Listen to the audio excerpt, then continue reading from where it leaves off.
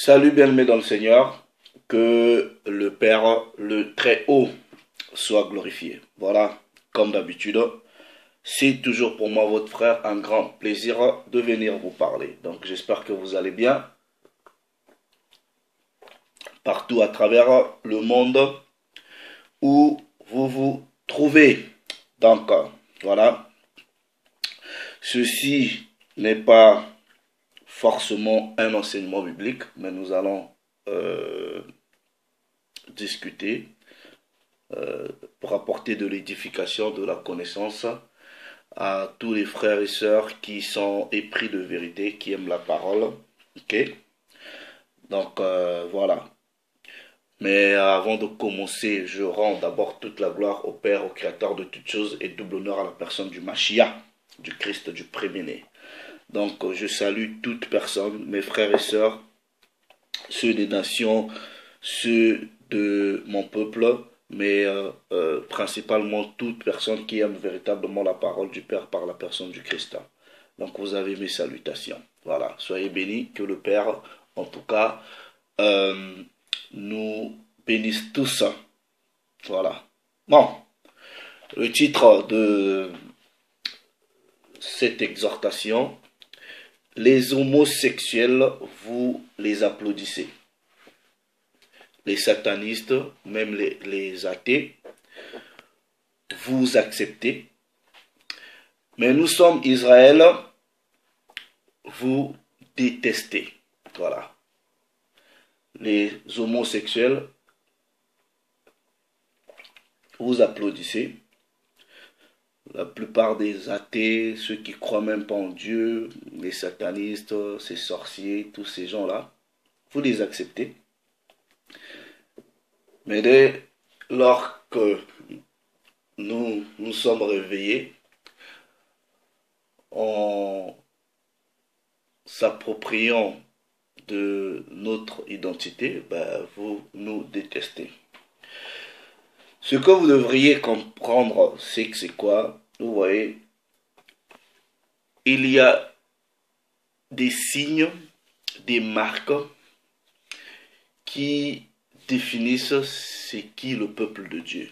Donc en temps normal, euh, ceux qui ont compris qui ils sont selon la vérité biblique, selon la vérité historique, vous ne devrez même pas vous étonner que les gens vous détestent, ok, détestent qui vous êtes, détestent ce que vous faites, parce que c'est une marque en réalité de qui vous êtes. Bon, dans cette réalité, quelqu'un aujourd'hui peut venir pour vous dire que ouais, ben, il est pédé, il est homosexuel. Vos stars, soi-disant de la télé, de la musique, tout ça là, vous les applaudissez. Ils vous disent qu'ils sont homosexuels, ils sont lesbiennes, ils sont ceci, ils sont cela, tout ça là. Vous les applaudissez. Ça vous pose pas de problème. Ça vous outrage pas. Ok? Il y en a qui viennent carrément, ils vous disent, ouais, ben, ils croient pas en Dieu. Voilà. Vous acceptez. Il y en a qui vous disent carrément, ben, ils sont satanistes. Ça vous pose pas de problème. Mais dès lors, nous vous disons que nous sommes Israël, aïe, c'est là l'outrage. C'est là où c'est, vous faites une contre-offensive. Maintenant, dites-moi un peu très honnêtement. Et quelqu'un qui vous dit et qui vous prouve qu'il est, c'est-à-dire du peuple choisi, et ceux qui sont dans les pratiques de sorcellerie, des pratiques abominables, vous faites quand même le choix d'accepter ceux-là et vous voulez combattre ceux qui vous disent seulement la vérité. Regardez. Réfléchissons un peu, hein, réfléchissons un peu. Scientifiquement, archéologiquement, historiquement, il n'y a aucun argument que le premier homme, ou en tout cas, c'est un homme noir. Ok? Ça, il n'y a aucun doute. Vous pouvez même chercher sur la chaîne la National Geography Channel. Voilà. Ils vous en font un documentaire reconstituant qui pouvait, comment est-ce que Adam était. Vous voyez leur conclusion que c'était un noir. Ça fait l'ombre d'aucun doute. Alright? Mais non. Quand vous étudiez l'histoire des nations, des continents, tout ça là, dernièrement, mais j'ai même suivi à la BBC, c'est-à-dire à la chaîne anglaise ici, et comme quoi, même le premier habitant du Royaume-Uni, c'était un homme noir. Ça, il n'y a aucun argument. Ok? Mais quand on vous dit, et avec même des tonnes de documents historiques, parce que les documents, c'est pas ce qui manque, il y en a, ok? Vous voyez, on en a des tonnes de documents historiques qui prouvent qui est réellement le peuple. Les gens disent, oh non, vous avez une crise identitaire, vous, ceci, cela, ok? Mais non. Vous qui aujourd'hui, en tout cas aujourd'hui je peux me présenter, je vous dis que je suis congolais, voilà, je peux vous dire ça. Mais est-ce que je peux aller dans la Bible, vous montrer le Congolais dans la Bible? Il y a Congolais dans la Bible, il y a Béninois dans la Bible, il y a Camerounais dans la Bible, il y a Centrafricains dans la Bible, il y a Antillais dans la Bible. Vous avez vu ces nations-là aujourd'hui, il y a Zimbabwéens dans la Bible. Mais non, une personne qui a quand même de l'intelligence. Vous, si vous croyez à la Bible, vous lisez à la Bible, bon, ceux qui ne croient pas, c'est leur problème. Mais quand nous arrivons au niveau du déluge, il y a la renaissance. À partir de Genèse chapitre 10, il y a ce qu'on appelle par la cartographie des nations. Donc en réalité, si vous croyez à la parole, tous les peuples aujourd'hui sur la surface de la terre doivent partir à partir de Genèse chapitre 10, à partir des fils de Noé. C'est à partir de Genèse chapitre 10 que vous devriez déterminer votre nationalité biblique. Aujourd'hui, vous pouvez prévaloir votre identité nigérienne ou nigériane. Il n'y a pas de mal à ça. Mais quelle est votre identité biblique? C'est ça. Donc, quand nous disons nous sommes Israël, nous ne disons pas ça parce que bon, on a envie de dire.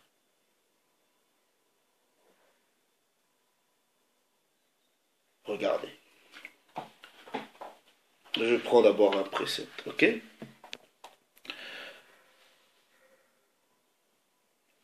Ésaïe chapitre 5. Ouais?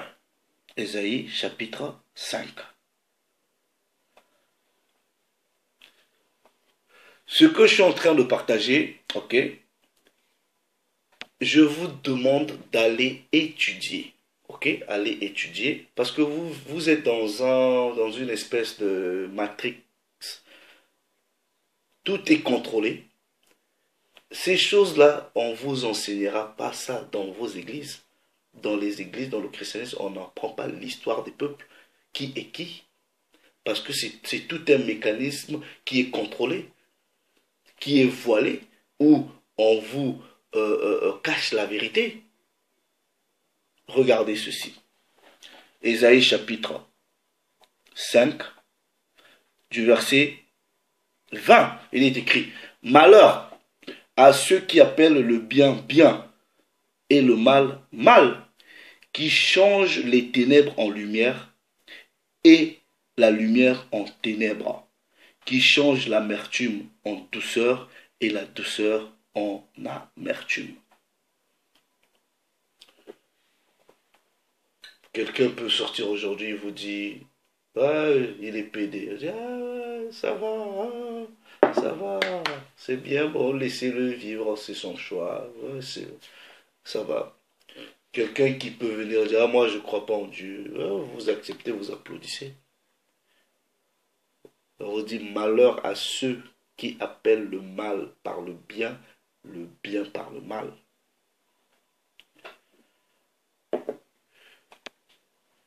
Nous, les Bana Yashara là, ok, bibliquement, prophétiquement, ok, on va lire dans la parole, on a vécu sous d'autres identités. Je parle des identités bibliques.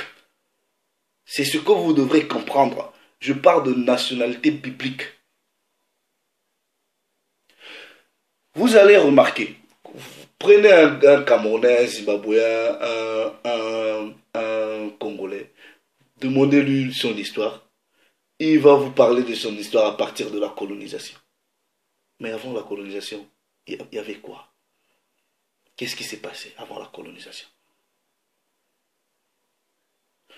Vous allez remarquer, vous prenez un garçon, un jeune, qui va à l'école primaire dans le fin fond du Cameroun, dans le fin fond du Congo, dans le fin fond du Bénin, ok? Demandez-lui l'histoire française, l'enfant là va vous faire comment? Il peut vous faire un cours de l'histoire française, même anglaise, même américaine, mais il n'est jamais même venu en Europe ou aux États-Unis. Mais il maîtrise l'histoire. Mais cet même enfant-là, dans le fin fond du Tchad ou dans le fin fond du Cameroun, demandez-lui l'histoire du Cameroun, du Bénin, ils sont incapables de vous dire leur propre histoire.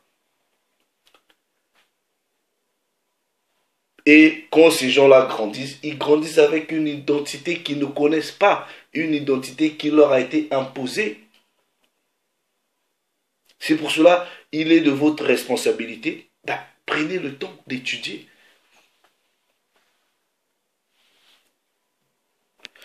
Dans cette réalité-ci, il y a des gens qui ont reçu l'identité soi-disant juive.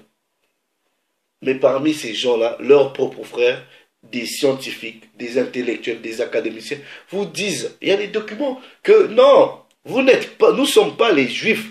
Ils disent que non, ils se sont convertis au judaïsme, que ce n'est pas eux. Apocalypse, chapitre 2, verset 9. Je connais ta tribulation et la pauvreté, bien que tu sois riche, et les calomnies de ceux qui se disent juifs et ne le sont pas, mais qui sont la synagogue de Satan.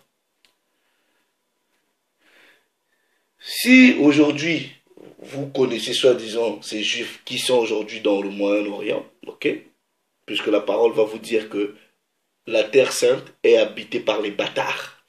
Parce que le véritable peuple de Dieu, les véritables Israélites, ne sont pas sur leur terre.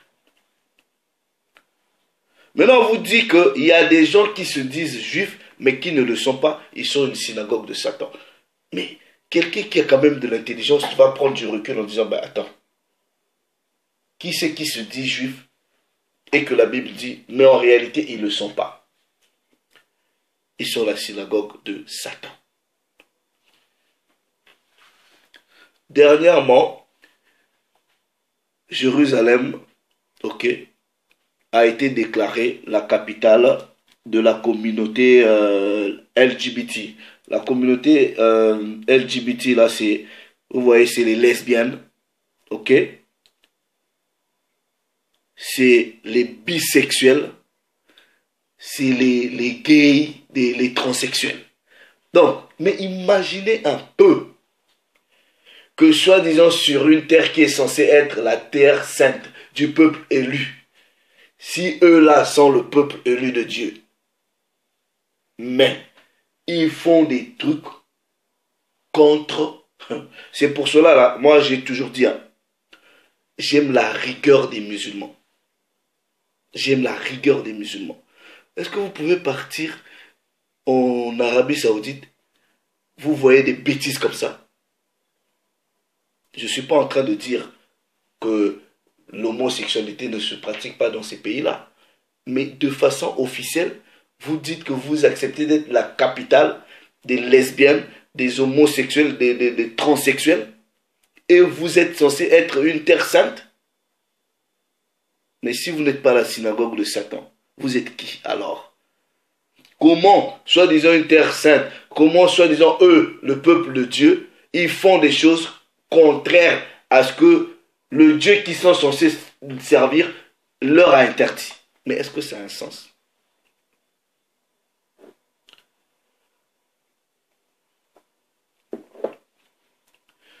Quand vous lisez Deutéronome chapitre 28, il y a des signes, puisque quand vous lisez tout le chapitre, les malédictions qui sont arrivées, le Père dit, toutes les malédictions qui viendront sur toi seront pour toi et tes fils comme étant des signes de génération en génération. Nous sommes éparpillés sur toutes les extrémités, les 4 extrémités de la terre. Vous avez vu les juifs soi-disant blancs être éparpillés sur les 4 extrémités de la terre. Vous avez vu ça? Quand la parole vous dit, mais vous lisez Sophonie chapitre 3, au-delà des fleuves de l'Éthiopie. Il y a qui se retrouve au-delà des fleuves de l'Éthiopie? Quand vous lisez Deutéronome chapitre 28, on vous parle que votre ennemi vous mettra le joug de fer. Vous allez aller en esclavage dans les bateaux. Vous avez déjà vu un homme blanc, ok, avec le joug de fer ici, aller en esclavage dans les bateaux? Vous avez vu ça? Sortez les records historiques, sortez là, la documentation. Je ferai même une vidéo où je vais vous montrer les annales de l'histoire avec les départs d'esclaves, avec les noms qu'ils avaient, ok, avant même d'être déportés. Vous avez vu ça? Où on vous change les noms. La plupart de mes frères antillais, tout ça là. Mais vous portez les noms de vos ennemis. Mais je ferai une vidéo où on va vous prouver avec la documentation. Mais venez pas nous raconter des bêtises. La curiosité, c'est que c'est quoi? Mais franchement, est-ce que votre niveau de réflexion est aussi bas? Ici, je vais même parler à mes frères noirs. Mais quand vous voulez réclamer votre gloire d'avant en disant ouais, les noirs, ceci, l'Égypte était une grande puissance, vous applaudissez. L'Égypte était une grande puissance. Ça c'est bien. Mais ce qui est bizarre, c'est que l'Égypte qui est censée être une grande puissance, un Moïse, ben, c'est un homme blanc, selon vous, un homme blanc qui vient et on lui donne une position dans un pays où il n'y a que des noirs, où c'était censé que des noirs. Donc on prend un blanc, on dit, bah, toi tu as, prends ce poste de responsabilité. Mais est-ce que vous réfléchissez du chaos que ça aurait pu créer si cet homme-là n'était pas comme les Égyptiens? Et vous avez des gens qui viennent avec des raisonnements, même mes enfants ne peuvent pas réfléchir comme ça. Ils disent, les Noirs viennent de Ham et les autres. Mais comment les enfants d'un même père, il y en a qui vont avoir des enfants, il y en a qui sont noirs, il y en a qui vont avoir des enfants, il y en a qui sont blancs. Mais vous êtes, réfléchissez. That's no rocket science. Vous n'avez pas besoin d'être scientifique.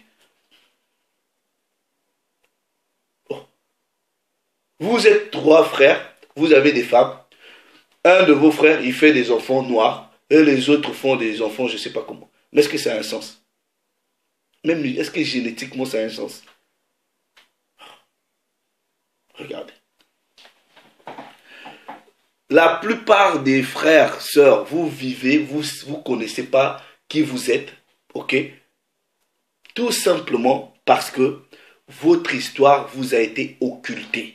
C'est ce que vous devrez comprendre. Maintenant, la Bible, là, c'est l'histoire du peuple noir. Et c'est pour cela, vous voyez, plusieurs personnes, plusieurs patriarches, même des prophètes récents, ok, vous ont déjà dit, ben, lisez la Bible, c'est votre histoire. C'est en lisant, en l'étudiant, que vous allez comprendre le mensonge des autres. Regardez, je vais vous lire seulement le livre de Psaume, au chapitre 83, ok, Psaume, chapitre 83. Ça, c'est le gros complot contre le peuple de Dieu, ok, orchestré par les ennemis, ok, Psaume 83. Regardez, vous pouvez lire tout le psaume, mais regardez, ok, à partir du verset 2, on dit, ils forment contre ton peuple des projets pleins de ruses. C'était quoi ces projets pleins de ruses? Qu'on détruise votre identité, qu'on détruise votre culture, qu'on détruise votre histoire, et qu'on vous donne quelque chose d'usurpé, on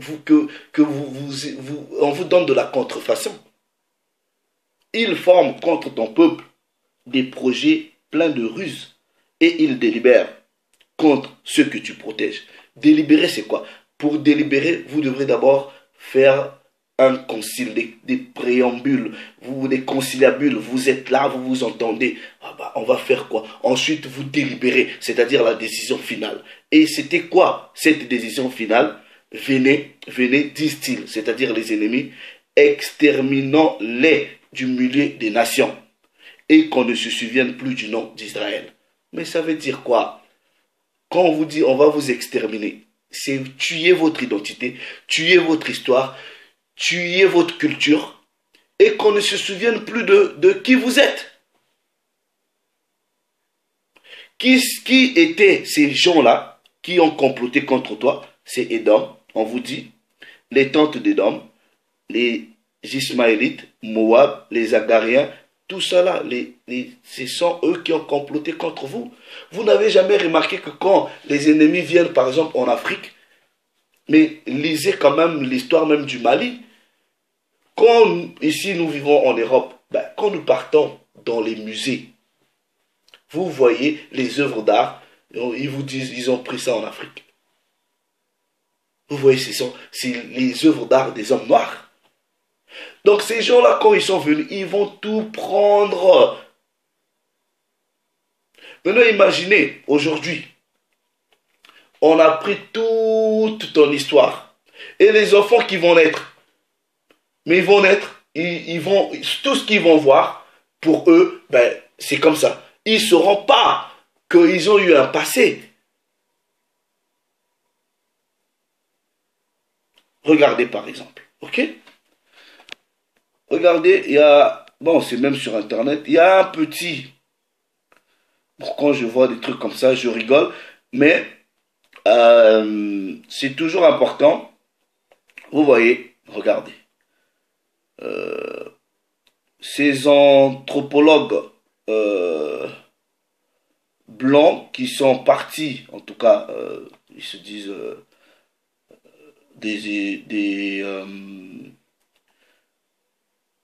ils se disent être des juifs qui sont partis d'Israël. Ils sont allés jusqu'en Côte d'Ivoire, ok, pour soi-disant chercher la tribu de Dan en Côte d'Ivoire. Mais regardez d'abord, regardez. Je vais jouer. C'est un documentaire qui est sur Internet, ok, que tout le monde peut avoir accès, ok.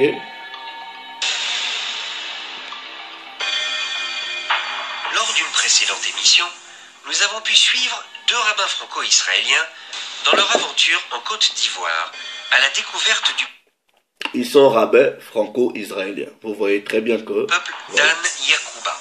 Donc, ils sont à la recherche du peuple Dan Yakuba, c'est-à-dire Dan d'Israël, Jacob. C'est un peuple qui est localisé en Côte d'Ivoire. Right? Et ces anthropologues-là sont partis pour faire une étude. Mais réfléchissez les frères.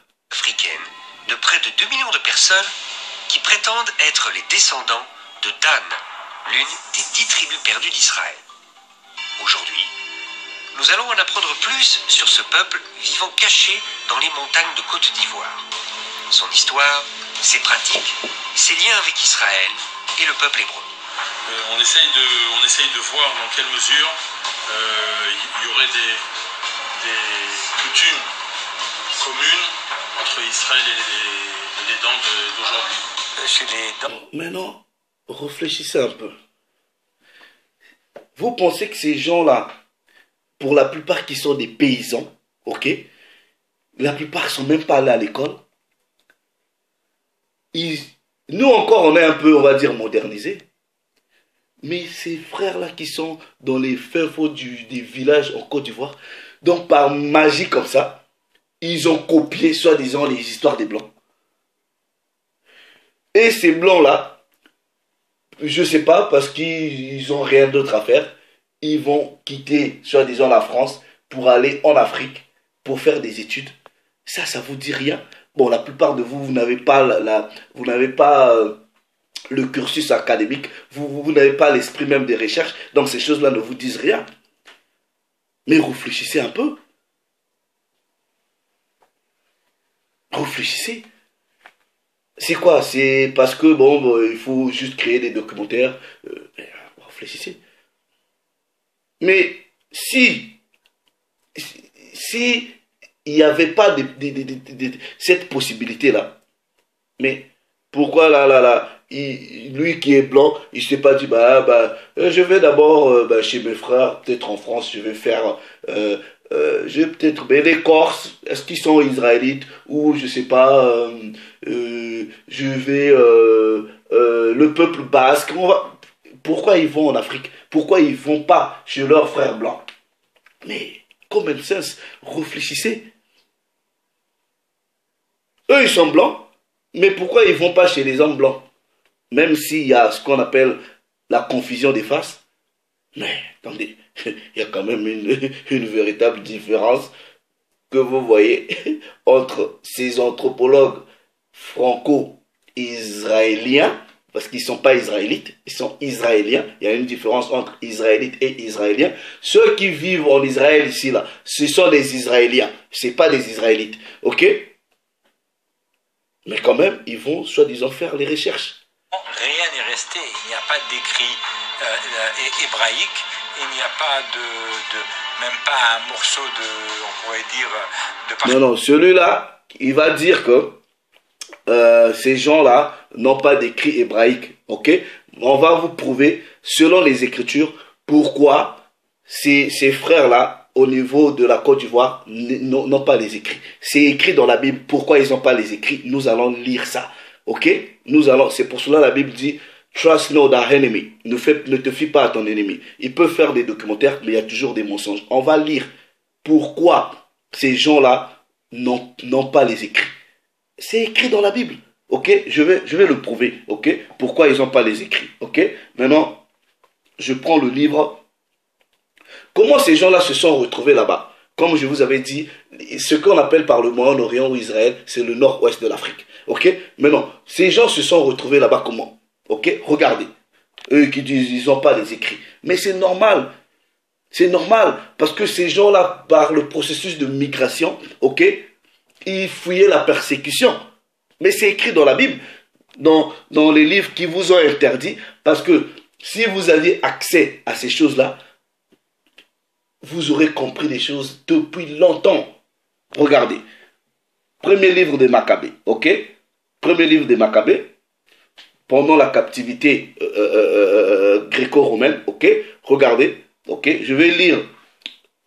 Vous pouvez lire tout le chapitre, mais je vais prendre à partir du verset 43. Regardez, ok? Premier livre des Maccabées, il est écrit. Donc, bon, en gros, voilà. Le roi Antiochos publia un édit dans tout son royaume. Quand vous lisez, vous allez voir que le royaume d'Antiochos s'étendait jusque même en Égypte. Ok? Voilà. Regardez. Il publia un édit dans tout son royaume pour que tous ne fussent qu'un seul peuple. Vous voyez, mondialisation. Alors que c'est interdit dans la Bible. Ok?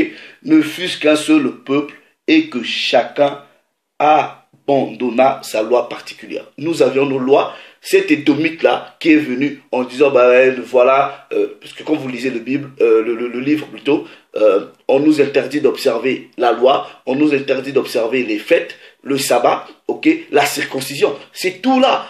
Mais on ne va jamais vous dire ça dans vos églises catholiques ou chrétiennes. Non. Regardez, toutes les nations se conformèrent à l'ordre du roi. Globalisation, ok? Beaucoup d'Israélites, pas d'Israéliens, mais beaucoup d'Israélites consentirent à quoi? À suivre son culte. De qui? Le culte d'Antiochos. Regardez, ils sacrifièrent aux idoles et profanèrent le sabbat. Le roi envoya des lettres par des messagers ou à Jérusalem et aux autres villes de Juda, leur ordonnant de suivre les coutumes des étrangers au pays, de cesser de faire dans le temple les holocaustes, les sacrifices et les libations, de profaner, c'était imposé par la force, c'était la domination, de profaner les sabbats, les fêtes, de souiller le sanctuaire et les saints, de construire des autels, des bois sacrés et des temples d'idoles, et d'offrir en sacrifice des porcs ou d'autres animaux impurs, de laisser leurs enfants mâles incirconcis. C'est pour cela, quand nous arrivons dans le Nouveau Testament, vous allez comprendre ce qui se passe entre ceux qui avaient gardé la loi, ceux de la circoncision, et ceux qui vivaient en captivité, qui avaient déjà abandonné la loi, qui n'étaient même plus circoncis, qui n'observaient plus le sabbat. De laisser leurs enfants mâles incirconcis, de se souiller eux-mêmes par toutes sortes d'impuretés et de profanation, de manière à leur faire oublier la loi et à en changer toutes les prescriptions.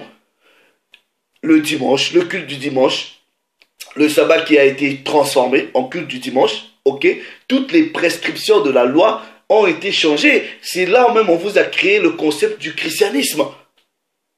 Tout a été changé. Regardez.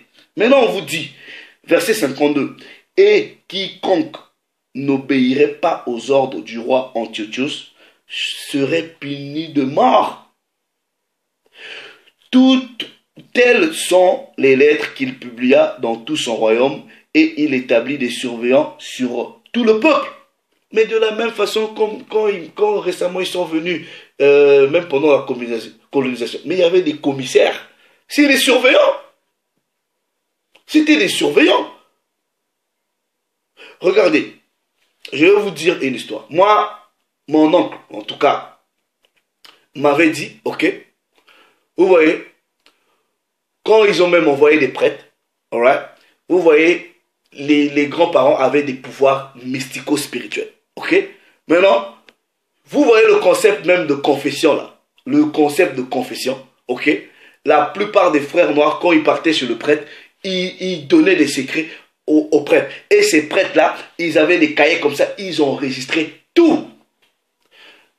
Là, c'est encore récent. Vous prenez même le discours de soi-disant Léopold de la Belgique. Il vous dit quoi? Vous partez au Congo, vous ne pouvez pas leur apprendre le très haut. Ils connaissent déjà Dieu. Ces missionnaires-là, quand ils venaient, soit disons la confession, ils avaient des registres comme ça, ils prenaient toutes les informations, même les informations mystico-spirituelles. Même les informations mystico-spirituelles, ils ont enregistré. Et ça, je dis, mon oncle m'en a dit.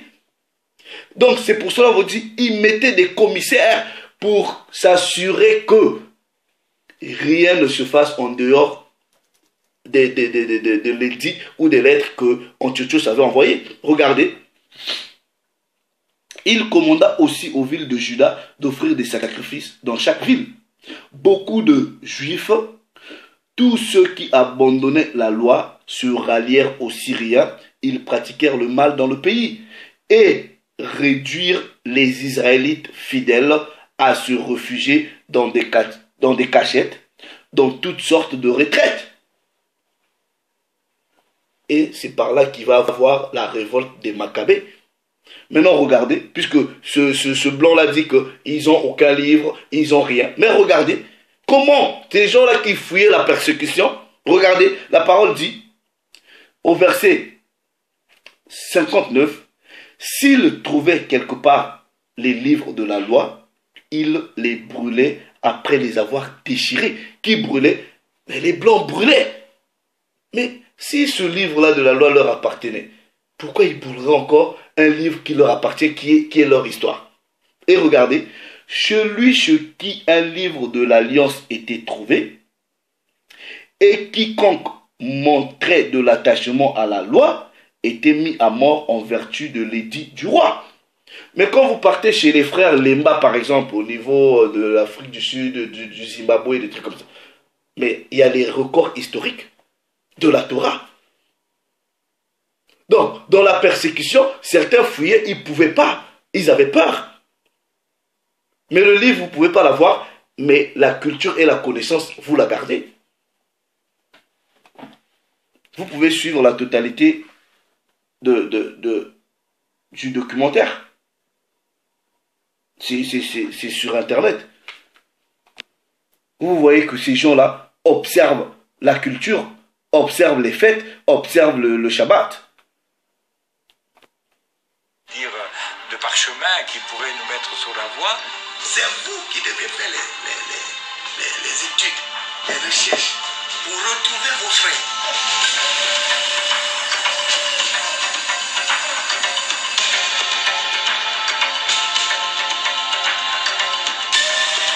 Ils considèrent l'Éternel Dieu comme le Dieu unique qu'ils adorent.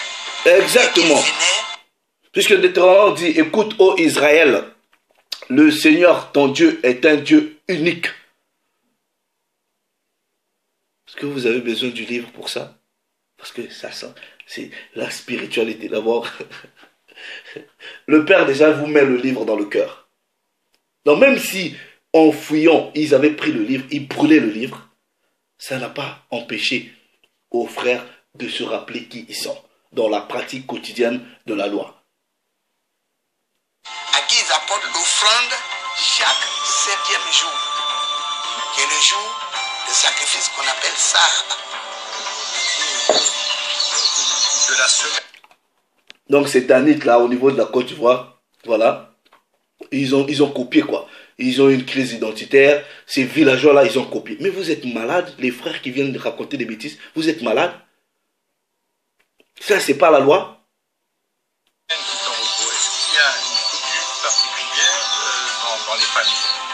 Il fait rien samedi. C'est un jour de repos total. Exactement. Et ça ne date pas d'aujourd'hui. Exactement. Bref, vous pouvez suivre le documentaire.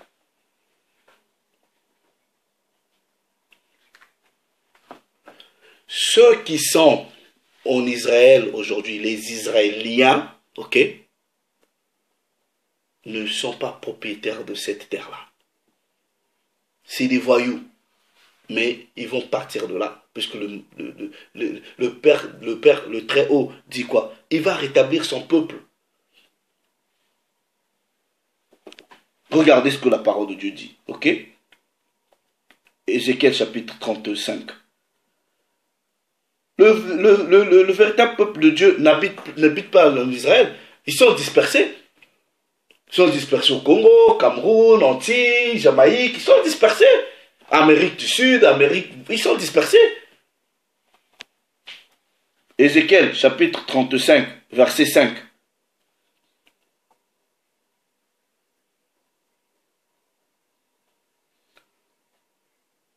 Je prends d'abord Zacharie, ok? Je prends Zacharie plutôt, pas Ézéchiel. Zacharie chapitre 9, du verset 6, il est écrit, l'étranger, dans d'autres versions dit le bâtard, l'étranger s'établira à Asdod. Ils se sont établis, l'étranger, l'ennemi. Vous comprenez? Oui. Maintenant, on prend Ézéchiel, chapitre 36, ok, verset 5. Il est écrit, ainsi parle le Seigneur. Oui, dans le feu de ma jalousie, je parle contre les autres nations et contre Édom tout entier, qui se sont donné mon pays en propriété, avec toute la joie de leur cœur et le mépris de leur âme, afin d'en piller les produits. Oui, nous ne sommes plus sur notre terre. Voilà. Mais le Mashiach va nous faire revenir sur notre terre. Les ennemis vont être chassés. Ésaïe, chapitre 11.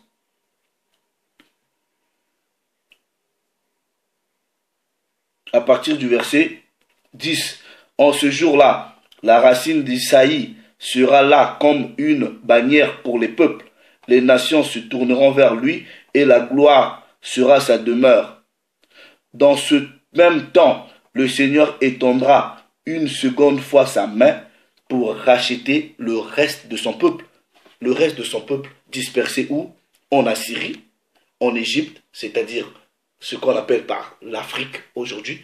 Le reste qui sont dispersés en Afrique, à Patros, et en Éthiopie, et à Élam, et à Shinéar, la Babylone, et à Maph, et dans les îles de la mer.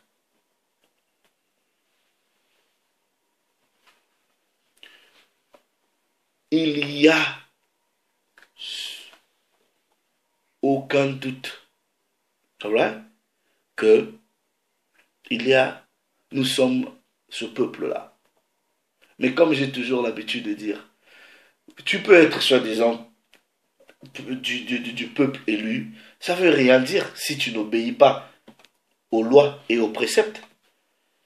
Maintenant, ce que vous devrez faire, regardez, vous devrez vous réveiller. Romains, chapitre 13. Romains, chapitre 13. Et ici, je vais parler à mes frères et aussi à ceux, même si vous n'êtes pas le peuple élu, mais aussi longtemps vous respectez les lois, les préceptes, les statuts, les commandements, ok? Vous serez plaisant devant le Créateur. Et quand le Mashiach sera de retour, ok? Il n'y aura pas de problème. Romains chapitre 13, verset 11. Cela importe d'autant plus que vous savez en quel temps nous sommes. Nous sommes en quel temps? Vous ne voyez pas les signes? En quel temps nous sommes? C'est l'heure de vous réveiller enfin du sommeil. Toi, Bantou, toi, Israélite, réveillez-vous du sommeil. Toi, fils des nations, réveillez-vous du sommeil. Car maintenant, le salut est plus près de nous que lorsque nous avons cru. Le salut est plus près. Le Mashiach revient bientôt. Les signes sont là. Vous devrez vous réveiller du sommeil. De vous réveiller du sommeil du christianisme, du sommeil de l'islam, du sommeil du bouddhisme, du sommeil de toutes ces formes de philosophie. Réveillez-vous. Et quand vous vous réveillez du sommeil, vous devrez revenir à la maison. En faisant quoi? Ecclésias chapitre 12.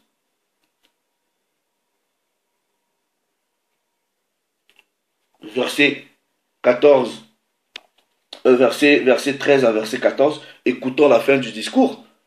Crains Dieu et observe ses commandements. C'est là ce que doit faire tout homme, car le Très-Haut emmènera toute œuvre en jugement au sujet de tout ce qui est caché, soit bien, soit mal. Frère, revenez au Père. Vous applaudissez les homosexuels, ceux qui détestent le Père, les satanistes, vous les acceptez, et nous qui sommes Israël, vous nous détestez. Selon même les prophéties de Deutéronome chapitre 28, on n'est pas censé être aimé. Voilà. On n'est pas censé être aimé. Psaume chapitre 83 vous dit, ils ont fait des conciliabules et ils ont délibéré en disant, exterminons-les du milieu des nations, qu'on ne se souvienne plus d'Israël. C'est pour cela, des fois, quand vous parlez avec des gens, ils sont étonnés. Ils disent, oh, ça c'est, ah bon, ah je savais pas, ah, il y a quelque chose qui me disait qu'il y avait un truc qui n'allait pas. You got to wake up. Réveillez-vous de votre léthargie. N'appelez pas le mal par le bien, n'appelez pas le bien par le mal. Nous sommes le peuple du Père. Et c'est comme ça, ça va rester comme ça. Donc, maintenant, si vous voulez, ben venez nous prouver que non, ben voilà, partez, venez nous prouver qui vous êtes. Venez nous prouver qui vous êtes. Ouais. Et il y a tous ces noirs-là qui viennent, qui racontent n'importe quoi. Si vous êtes, je sais pas, Zimbabwéen, vous êtes, je sais pas quoi, Érythréen, ou je sais pas, vous êtes qui là, peu importe vos nationalités aujourd'hui, ben, venez nous montrer vos nationalités là dans la Bible. Venez nous prouver vos nationalités là dans la Bible. Frère, prenez seulement le temps d'aller étudier de vous-même. Comme j'avais fait une vidéo dans le passé, je vous ai dit, ma connaissance, c'est pour vous que des informations. Vous allez acquérir la connaissance quand, peut-être en prenant mes informations, vous les analysez, vous recherchez. Et ce que vous allez trouver dans vos recherches deviendra pour vous votre connaissance. Bon, le Très-Haut, c'est encore glorifié. Père, je te remercie pour un moment pareil. Je glorifie ton Saint-Nom. Voilà. Merci pour ma soeur, mon frère, qui vient de m'écouter. Et je prie pour que tu nous enlèves le voile qui nous bloquait l'accès à la connaissance véritable de qui tu es et de qui nous sommes en toi. Pardonne-nous nos péchés, guéris nos maladies et efface nos iniquités devant toi. Par la gloire de ton nom et par celui de ton Fils. Ainsi soit-il. Shalom les frères.